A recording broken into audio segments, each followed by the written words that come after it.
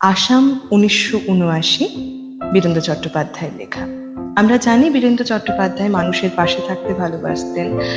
মানুষের দুঃখ যন্ত্রণা তার কবিতার মধ্যে বারবার উঠে এসেছে।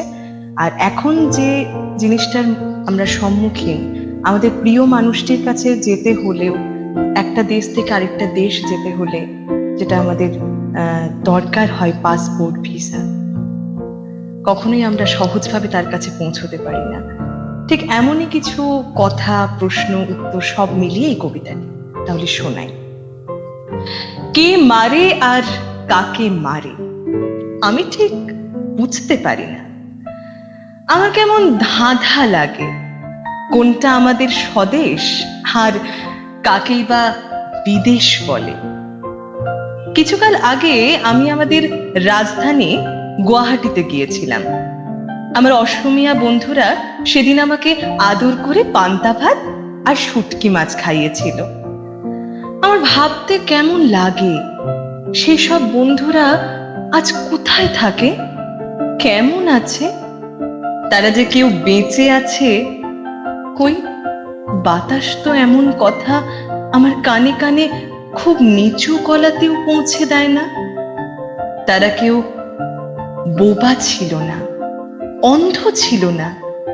আমি আশা করেছিলাম তারা অন্তত প্রশ্ন করবে, কেন, কাকে?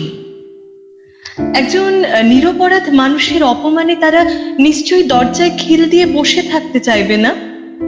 হতে পারে সময় এখন খুবই দুঃসময়, কিন্তু মানুষ সবার উপরে মানুষ, এই বিশ্বাস নিয়েই তো এত দিন বড় হয়েছি।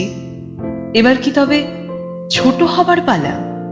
পৃথিবী থেকে ভারতবর্ষ, ভারতবর্ষ থেকে আসাম, এবার কি আমাকে নতুন করে ভাবতে হবে? ভিসা, পাসপোর্ট, বিদেশ।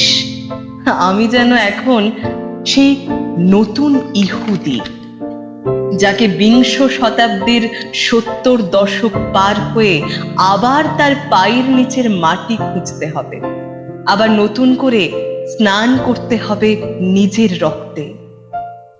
আমি কিছুই ঠিক বুঝতে পারি না। সবকিছু এখন আমার কেমন যেন ধাঁধার মতো মনে হয়। আর যদি কেউ আমাকে সামনে দাঁড় করিয়ে একটা সোজা প্রশ্ন করে, মানুষের প্রতি বিশ্বাস হারানো কি পাপ? আমি নিজেই জানি না আমি তার কি উত্তর দেব। আমি নিজেই জানি না আমার যদি কোনোদিন পশ্চিম বাংলার সীমান্ত পার হয়ে 10 পা পূবের দিকে হেঁটে যেতে হয়, সেদিন আমার প্রতিবেশী সৎ ভাইদের কাছ থেকে আমি কি কুশল সংবাদ জানতে চাইব? তারা যখন আমাকে বুকের ভিতরে টেনে নেবে, আমি নিশ্চয়ই তাদের মুখের দিকে তাকাবো, কিন্তু কিভাবে তাকাবো? আমি কি আমার পকেট থেকে একটার পর একটা কাগজের টুকরো বের করে সেদিন আমাকে ম্যাজিক দেখাবো?